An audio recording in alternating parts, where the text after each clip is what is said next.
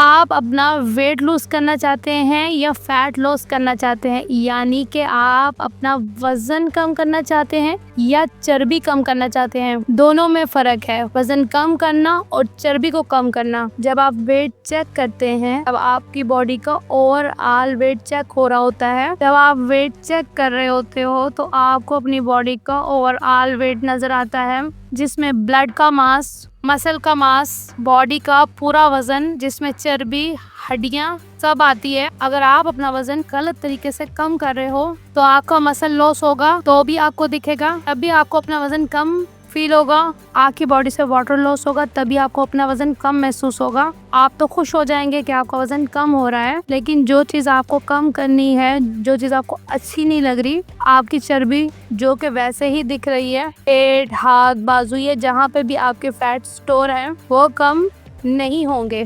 सही चीज है फैट को लॉस करना, यानी चर्बी को कम करना, ना कि गलत तरीके से वेट लूज करना।